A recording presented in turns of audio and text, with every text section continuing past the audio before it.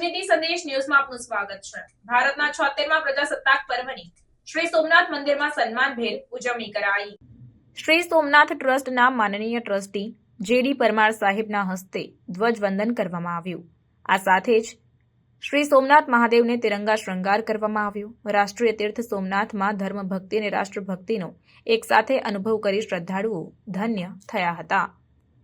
સાચી સ્વતંત્રતા જેને કહેવાય એ આપણને 26મી જાન્યુઆરીએ મળી છે। 1950માં જ્યારે આપણો ભારતનું બંધારણ બનાવવામાં આવ્યું અને એનો અમલ કરવામાં આવ્યો, એ વખતના તત્કાલીન રાષ્ટ્રપતિ ને એ અર્પણ કરવામાં આવ્યું રાજેન્દ્ર પ્રસાદજીને, અને એમણે એ દિવસે એને અમલની જાહેરાત કરી।